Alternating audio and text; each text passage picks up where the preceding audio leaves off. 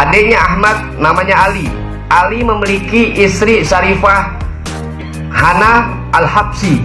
Ini nyambungnya jindanya ke Habsyi. Ya gimana jadinya? Ya kan, itu ipar, nggak masuk ke cicitnya Mbah Priuk. Lagu-laguan ngaku jadi cicitnya Mbah Priuk. Jangankan ngaku cicitnya Mbah Priuk, perilaku seorang Habib ngurusin perdukungan yang kayak begitu itu tidak dibenarkan oleh Alawiyin. Semua marah. Kami Laskar Alawiyin ditegur sana sini, apalagi Habib Taufik, beliau ada di Jakarta. Kalau Laskar Alawiyin tidak bisa menindak nih anak yang akan turun. Makanya mohon izin, mohon maaf barangkali dari Jawara dan lain sebagainya yang berkaitan dengan ini. Ada Jindan Salim, Jindan Habsyi, siapapun apapun di mana orangnya, tolong sampaikan kepada. Akhirnya terkuak, ngaku cicit Mbah Priok, Jindan disentil Laskar Habaib Indonesia. Habib ngurusin perdukunan nggak dibenarkan. Tahu nggak siapakah Mbah Priok yang sebenarnya? Ini dia.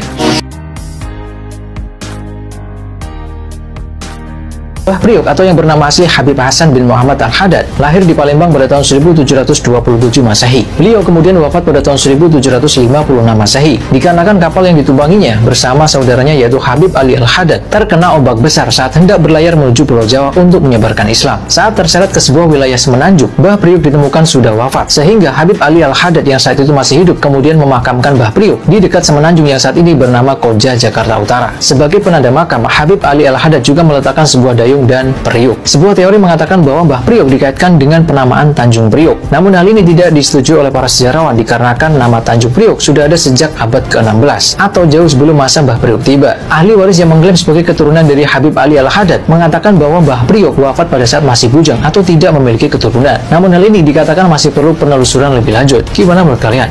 Sekarang saya tanya, di kiri kanan nanti ada jin nggak?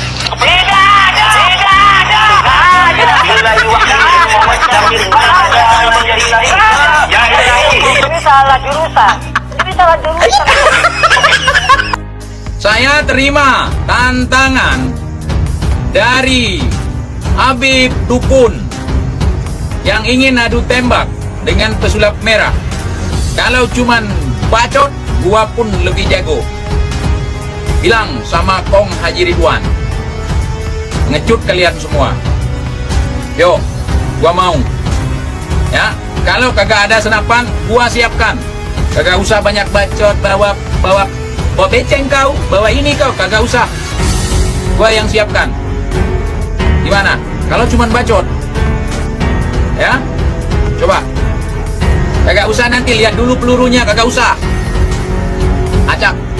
Siapapun yang dia bawa sebagai tukang tembak boleh.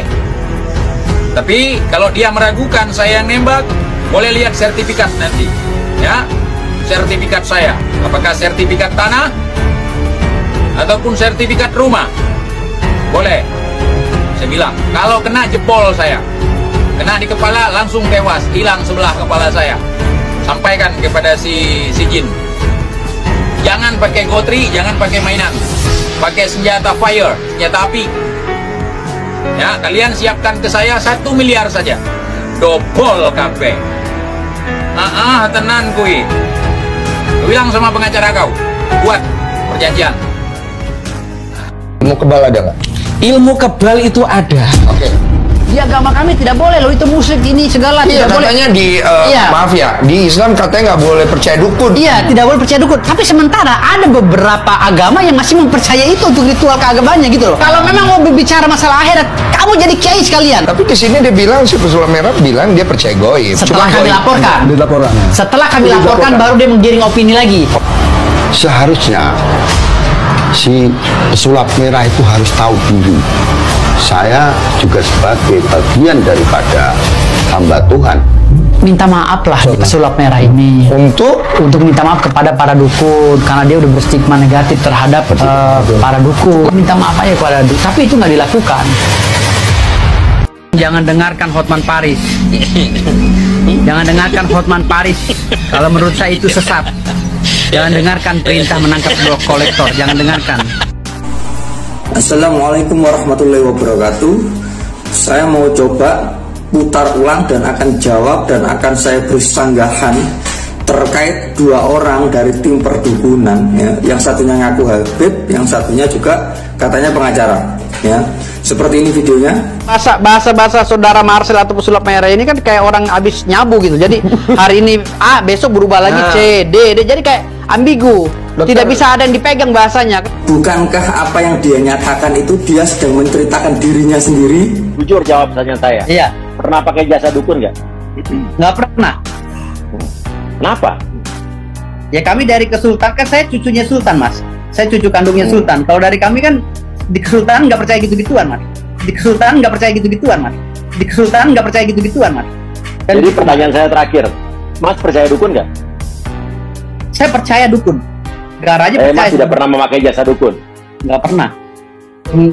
Dukun pelet saya pernah, dukun pelet saya pernah, tapi saya dibohongin. Sekarang ganti ke Jindan. Udah kesepakatan jangan diupload. Kan sudah dikatakan itu hanyalah trik, ya kan?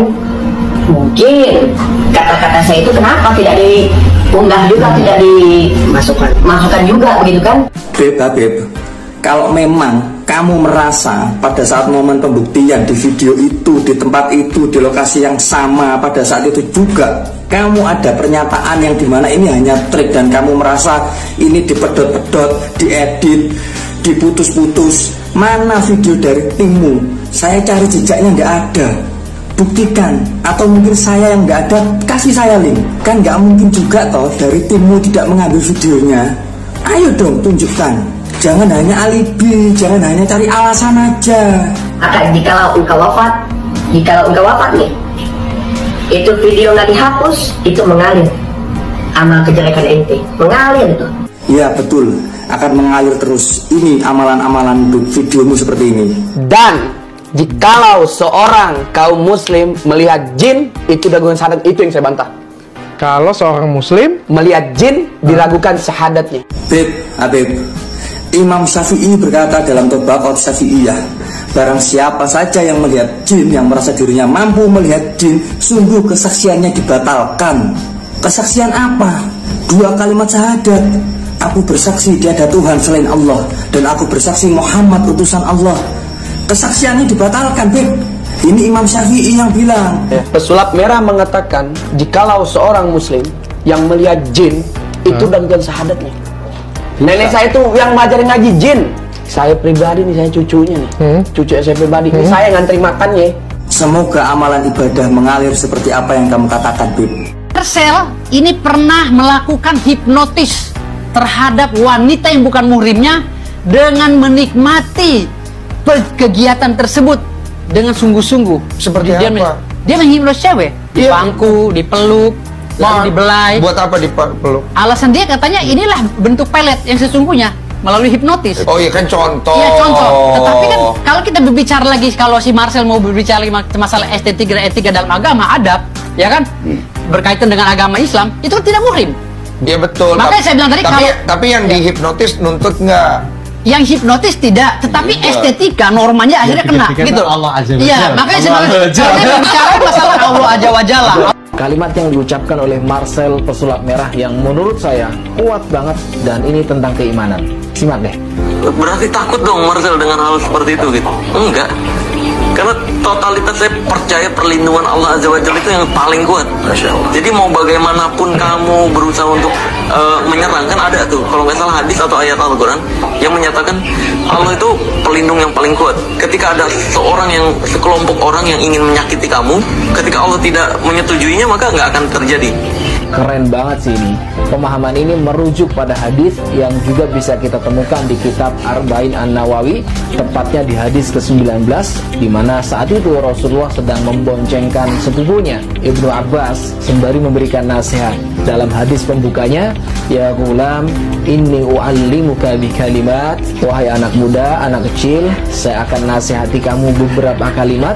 Ihfadillah yahfadka, jagalah Allah maka Allah akan menjagamu. Dan yang dipahami Marcel tadi adalah di bagian akhir dari hadis itu. Ini tentang takdir dan ini bagian dari keimanan.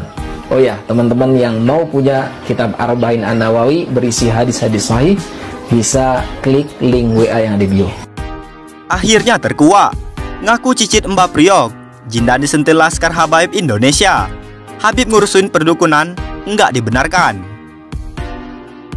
Heboh anak muda bernama Muhammad Salim Jindan Al-Habsyi atau Habib Jindan yang mengaku cicit Habib Hasin bin Muhammad Al-Haddad atau Mbah Priok menuai kecaman dari Laskar Alawiyyin Indonesia, Laskar Habaib Indonesia.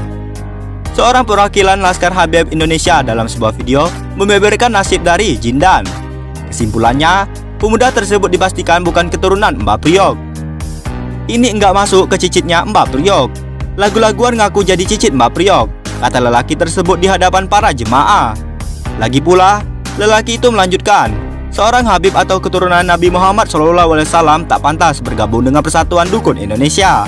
Hal ini kata dia sangat bertolak belakang dengan akidah seorang muslim yang benar.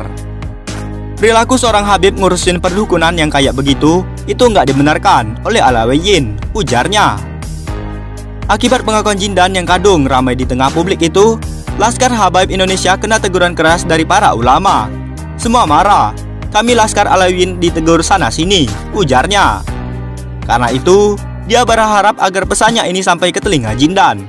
Mohon izin, barangkali jadi jawara dan sebagainya yang berkaitan dengan ini, ada Jindan Salim, Jindan Habsyi siapapun, apapun di mana orangnya tolong sampaikan, kata dia. Potongan video ini salah satunya diunggah akun TikTok Bukan Alibata. Video tersebut nyaris ditonton 1 juta kali. Habib Jindan menuai sorotan karena menantang pesulap merah adu tembak dengan jarak 2 meter. Dia juga diketahui berafiliasi dengan Persatuan Dukun Indonesia.